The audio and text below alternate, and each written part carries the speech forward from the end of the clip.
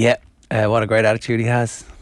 Vinny Perth, good morning to you. Morning. Yeah, it's great to have no fears in life, isn't it? You must be feeling pretty proud. Yeah, no, it was a great night.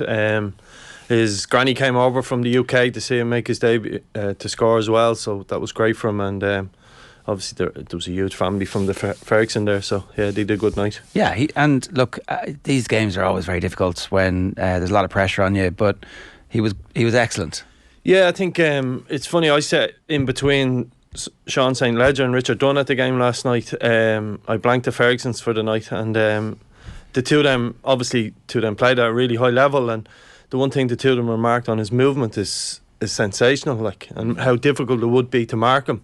And I don't think, because even with Brighton, as you see him making a lot of these movements, dropping into that sort of 10 position, and don't always get the ball, but it drags people around, and I think it's you probably need a runner beyond it, and I think the likes of Matoma, Brighton would like that, leave a bit of space, or Solly March. So, but to be fair, I thought he mentioned Smallbone there in his interview.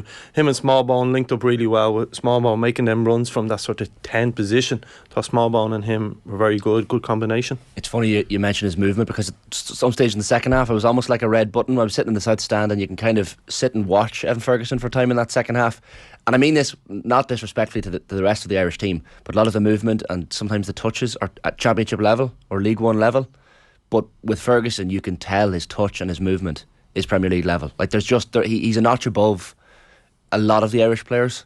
I mean that with respect to the rest of the Irish players as well. We know what level we're at, but Ferguson's movement and his touch is sublime, Vinny, as well. Yeah, it is. It's something I think he's really worked on over the huge credit has to go to Brighton. They've really developed that part of his game, because he's come in now to suit their style, and he's not an out-and-out striker. So the benefit of that, and him, the player, is he could do all the striker stuff. He could, get into the box, he could score headed goals, good finisher, we've seen over the last couple of weeks. But the level of his play since he's gone to Brighton, as his link up or taking the ball in under pressure, and also you remember the weight of the pass into strikers. When you do go up levels, it's completely different. He gets it a little bit quicker in the Premiership, I would say. So, but yeah, look, I think he's been a real find for us now. Absolutely. You obviously have to be coachable, right? But just to tease that out, how are Brighton fixing that stuff or making that better? What is it like? I know it's obviously hours on the training, but what else are they doing? Like, well, look,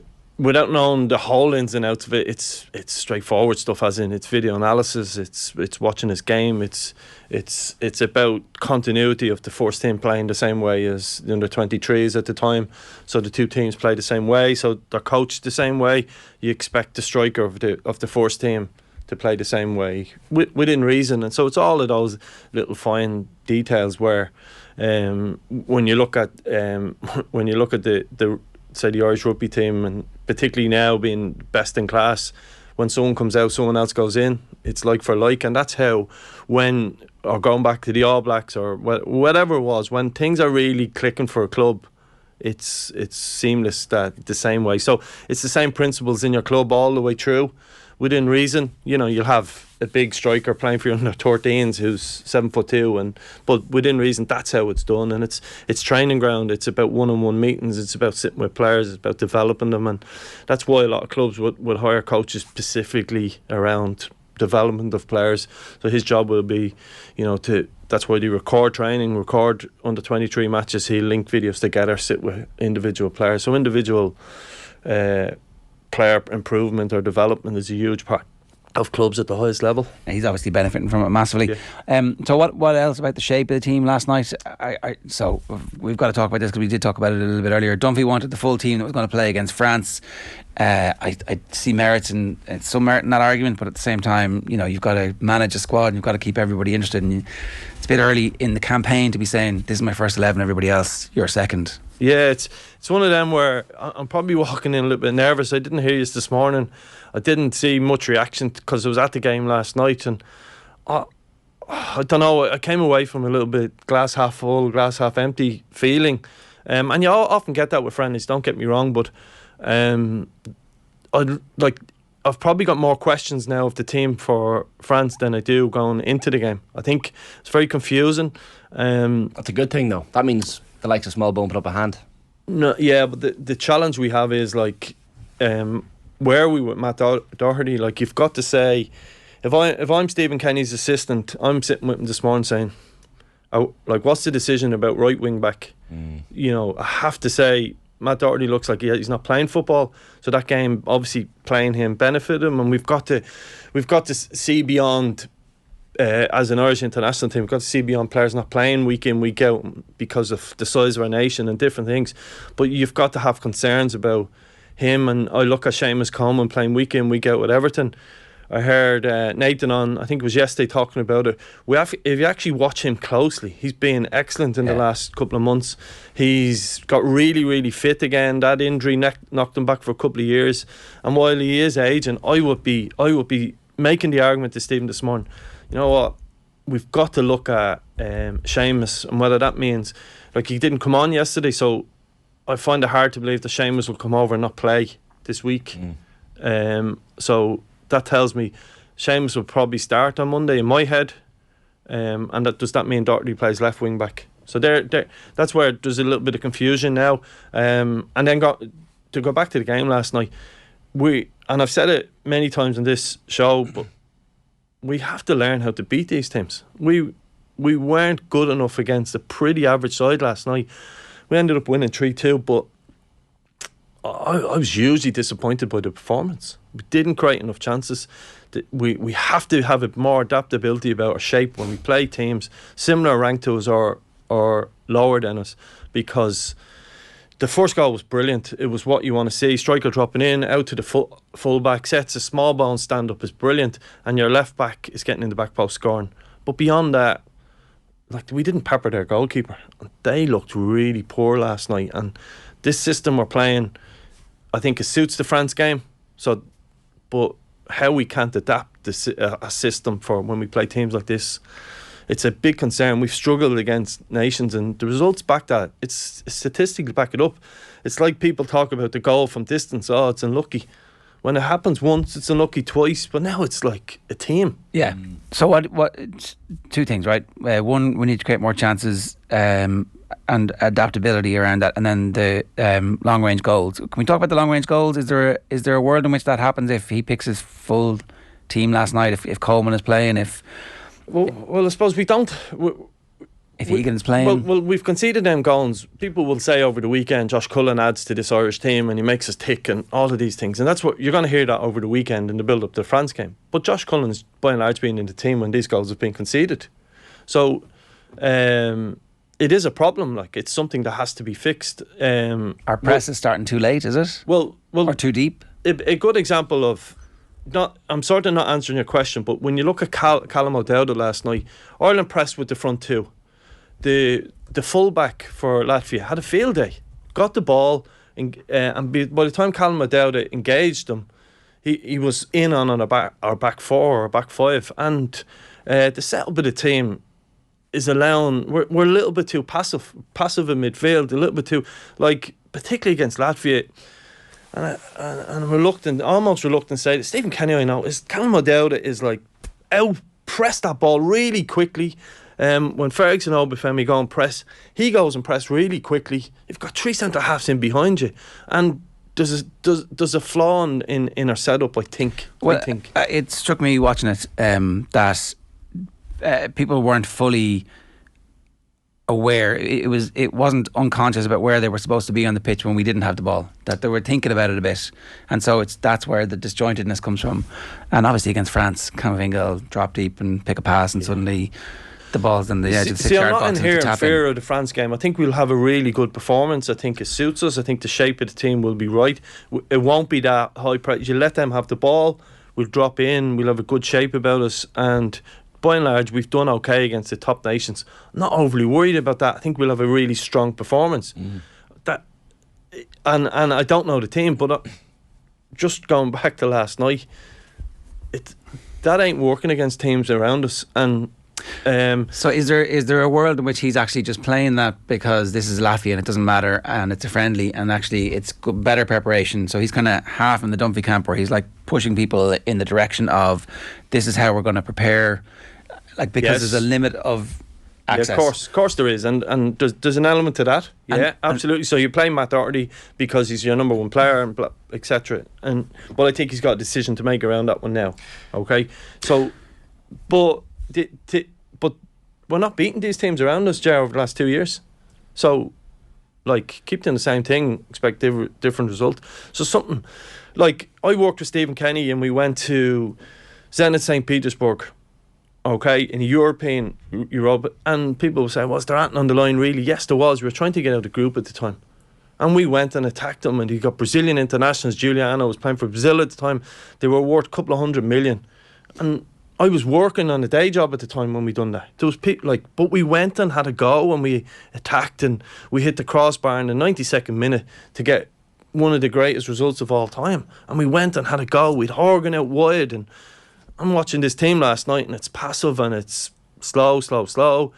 And there's a lot to be excited about as well with the Ferguson, with small bones, with the young players coming through. And going, we've got to change from that and we've got to learn from that. Because that could have been, in a 2-game window, that could have been your first qualifying game against the Greece at home or whoever it could have been. And we've struggled in them games and we've got to learn from that last night. And that's where I asked the question. I think we've learned loads, but what have we really learned? As you're saying, Ger, we look better in possession, formation-wise, than out of possession. And it's almost like I don't know if this is something, Vinny, but at international level, you obviously don't get as much time. The manager doesn't get as much time on the training pitch as perhaps he would like. Certainly not as much as at club level.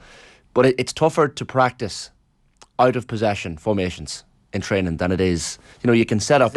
Well, you can set up in formation quite easily. It's easier to set up without the ball, Shane, because it's a very simple drill. Like you get your players to play the ball. They do 11v0 or 11v11, and then once the goal breaks down, you're able to actually physically drag people. When we don't have the ball, I want you here. As I always say, the easiest part of football is to set up defensively. But that's the easy part. Is the problem that these players wouldn't have been used to playing with each other? Is that too easy? Well, no, solution? But I challenge you on Ireland are really good on the ball. That part. I challenge you on that. Like, what's really good on the ball? Being easy on the eye, passing it sideways, backways. Like, against Latvia last night, we should have created the quality of the opposition and the quality we have. We should have created chance after chance. I'd accept that result. And people would if we'd have peppered their goal. The first goal, brilliant, small ball standing up for a wing back. We didn't play like that last night. So I challenge your question about being good on the ball. Is there any world in which you go 2-0 up and you get a bit complacent? Kenny was I don't want to use the word complacent, then he used the word complacent, and it did feel a little bit like the sting went out of the game and we're not good enough really yet to have... We can't control possession for 35 minutes and just kill the opposition to the point where we know we're going to score a third goal, but it'll come after 70 minutes or around then. Yeah, but you do that by creating chances, by getting into the fun zone, and eventually you wear a team back. And what happened, that game switched. We went 2-0 up, and you got the sense, and it's very easy after the fact, and I wasn't mic'd up, or the two lads I was sitting with, you could see Latvia growing into the game because we lacked intensity. You could see, and when you got the goal from distance, you're like, okay, it's from distance, bit unlucky. But no, they got better because why? And I make this point, our right wing back wasn't on the end line, crossing again for a left wing back, which sent them back. And so we lacked intensity last night, and we got punished, almost punished for it. So what are the fixes? What are the fixes for that? Well, I'll give you, what are the fixes? Like, okay, we struggle with some wingers, but I still think we have enough to come up with formations of a 4-2-3-1 when we play these teams, or some variant of that. But look at the fix. Mikey Johnson came on and Chidozie Benya and just gave the whole team a lift and put them under pressure. Why? There was intensity in our forward play. There was people running. There was more movement. There was and sometimes it's easy when subs comes on when a game is stale, to be fair, right? And the old pros will tell you that it's always the fellas come on and the game wasn't going well. But it is about intensity. It's about, like, you can play Chidozie and Benya as a wide man. Absolutely. You could play small ball as one of the narrow ones. You could play, now we've got Mikey Johnson, who I think will be a really exciting player, but he doesn't fit into our system because he's an out-and-out winger. Yeah, but Kenny was like, in the post-match, I love wingers, Tony. I was like, well, okay, that's interesting. So, and he was like, because he came... As soon as they got the international clearance, he came straight into the squad, and then he came straight into the team the first time they could get him. So maybe he's not a one-man solution to this, but certainly I don't buy into that. We don't like Callum O'Dowd has been around for a while, and he's now playing wing back, but he's such a winger. Look, it doesn't necessarily need wingers to play that system. If you don't have wingers, you can still play with a front three. A lot of teams do it. They can play narrow, but it's about releasing your fullbacks. It's about getting 2v1 overloads against weaker teams. A lot of the teams you look at, the lesser nations have come here and they've shut up shop in the middle or space out wide, and we're ultimately on a 1v1 out wide instead of 2v1s where you create a lot of stuff, and we've got to improve on it. Does Will Smallbone start? Like he certainly put his hand up for maybe more significant inclusion against France, but then as we were saying this morning, who do you leave out if Will Smallbone does come in? That's the question in terms of the team. I think I thought people saw Will Smallbone's goals for the under-21s and they speak them up, but his overall performances against any team we played, Italy, whatever, at the 21s, he looked to cut above everyone on the pitch. I think Will Smallbone's at a stage in his career where club form has to go well from, and I think there's another level from. Who do you leave out? Depends on the way he sets up the team, to be honest with you. Jason Knight, I'd imagine Stephen came into this with a sort of clear idea within reason of who he's going to start against France on Monday. The challenge is someone like Smallbone done very well, but does he put him into the team? I think the only thing we know now is Bazunu will play. I think of a good idea that it'll be the back three will be Egan, O'Shea and Collins. Collins looked rusty as hell last night. I don't know what we came across on TV, but I think that's set in stone. And Josh Cullen will play. Beyond that, I actually don't know what he's going to do. I would play Seamus Coleman on one side, and whether it's Matt Doherty or you couldn't rule out James McLean for his running power on the left. Cullen Malumbi, I think we have to now play against France with, I mentioned it before, maybe a boxing midfield of Jason Knight and Smallbone making those forward runs, what McGrath done against Portugal away, with one centre forward. I'm still not convinced he's going to play Evan Ferguson. I haven't been convinced about that. Really? I'm not convinced about that. I think if Adam Ida was fit, Jesus, I think he has would to have play started. Vinny, doesn't he? Yeah, I think he does, but I haven't been convinced about it. But the other thing is then if he's not going to play that way, it has to be Chidozie Ogbene who gives you that running power back into positions, because we know how France play. I don't think they'll overchange how they play. It'll be so you would play Ogbene ahead of Obafemi for the France game. Yeah, and Obafemi looked like last night to me that he's not playing enough football. He was rusty, wasn't he? Yeah, I just thought he wasn't involved enough, nearly.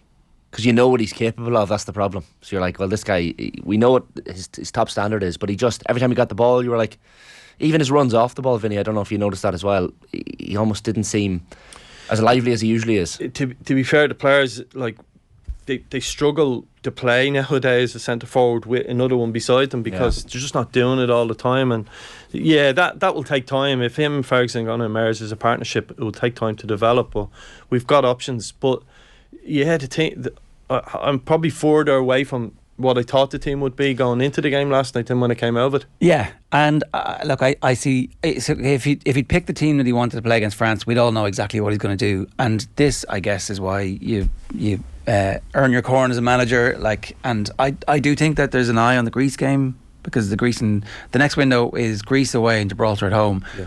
And if we get 6 points from that, irrespective almost of what happens against France, we'll feel good about life. If we get 4 points from that, that's probably at the break-even situation where it's our results versus the top two teams versus Greece's results of the top two teams if we beat them at home. And that's the ball game for this. Yeah.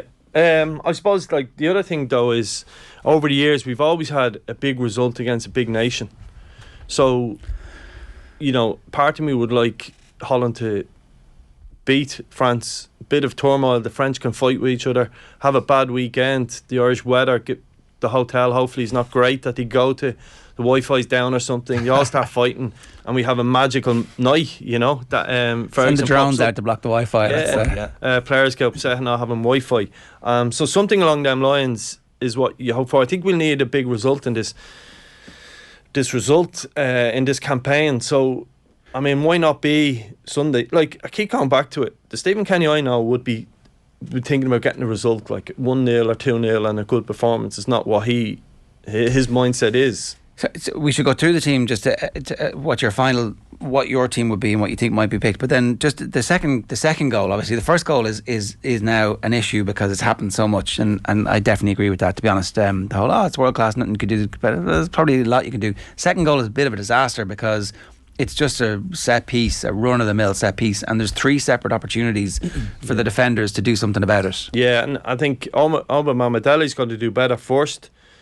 Like there's a couple of errors. I think it gets a deflection on the way in, but I've seen, if anyone knows anything about coaching goalkeepers, that's something they work on. There's a new piece of kit now where the ball hits and it spins in different ways. I think Kevin should have done a little bit better for it. I also think if you look at the first goal from behind, he doesn't sort his feet out properly, so he's diving sort of under the ball as opposed to up.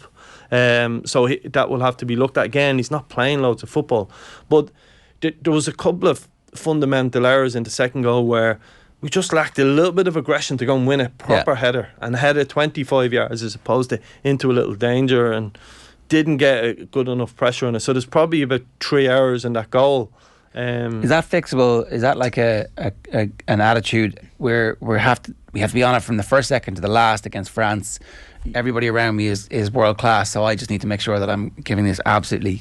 And that's why I don't fear against France, because I think your mindset's completely there. You probably had that ball 5 yards further clear, and when it does break, you're throwing your body on the line and it hits you in somewhere where it hurts, and you move on and you don't concede. I'd like to think I could sort of forgive that one, but I'd be disappointed in players in terms of their errors for that goal. Absolutely. So we know it's Bazunu, we know it's the back 3. It's Seamus Coleman. The news on Coleman was that he had a slight strain in the last game against Everton, but afterwards Kenny said he's going to be fine. So we taken that at face value that he's going to start, I think, and captain the team. I think so.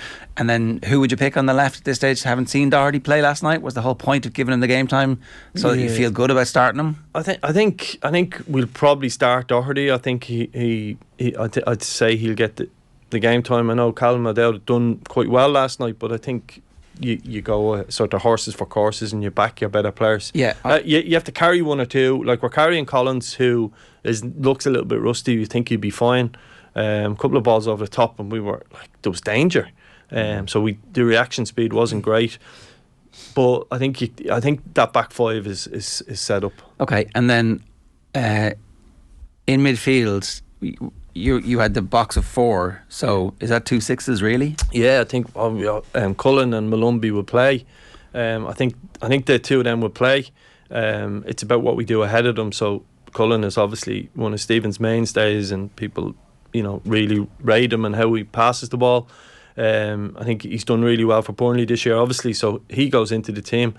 Malumbi's energy is what we need. I think he's surpassed Jeff Hendrick in terms of that position for us, so he will play. And then, Jason Knight's done excellent for us. Jamie McGrath's done excellent in these games as well. I wouldn't rule out him coming into the team. For me, I personally, I played with 2 10s, as in Smallbone and Knight. Right. Smallbone straight in, right? Smallbone ahead, say on the right, and Knight on the left, to go and support when it's on, but also give that defensive cover. They've used that system before, but was only really one midfielder done, and Knight does it now to shore, or McGrath has done it to shore it up, and then one centre forward is how I would play. But who's that? I think Evan Ferguson has to start. Yeah, he's a level above.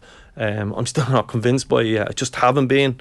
I think, like Nathan's been making the point, that if we lose the game and Ferguson doesn't start, you're making a big rod for your back. And I know you shouldn't care about what the response outside is going to be, but you have to, because maybe I'm overthinking it. But I've heard a couple of interviews and a couple of things where I've not known this man through football for 20 years and going, was he really? Not that he's not convinced, just he's trying to manage the hype. And and it's just going, okay, so just something has created a doubt in my mind.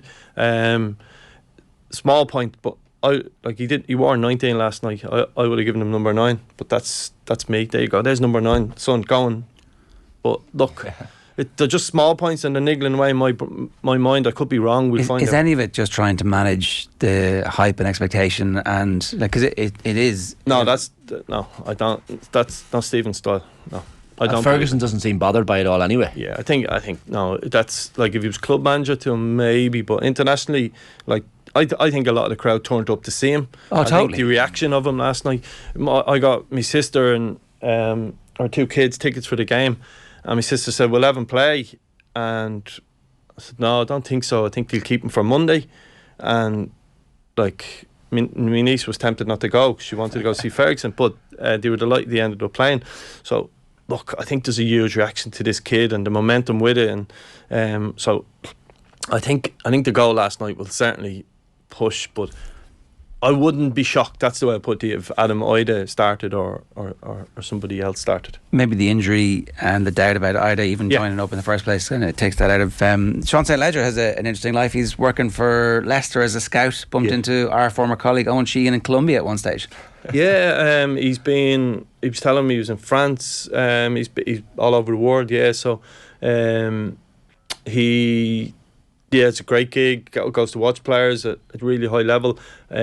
Speaks really highly of Brendan Rodgers. Anyone that's ever known Brendan Rodgers or worked with him speak really highly. And I think Leicester, because of the sort of financial fair play or whatever's going on financially, are sort of operating off a different market. And Brendan Rodgers has always been strong in that sort of French market and sort of picking players from outside. If you think of Kante, obviously he went to Leicester before him, but if you think of the players that they've had success at Leicester, Fofana, Kante, all these players, it's a really interesting gig he has. Yeah, good stuff. So you feeling okay about this? We a draw / famous night? Yeah, I think we'll do really well in the game. I think it'll be a great night. I don't see us being turned over and overly beaten, but no, I think it'll be a really good Irish night. I'm looking forward to it, and to finish on a real positive. The amount of young players coming through, we've got something exciting ahead of us. We just need to get the very best out of them. All right, Vinny, good stuff. Thanks a million for that.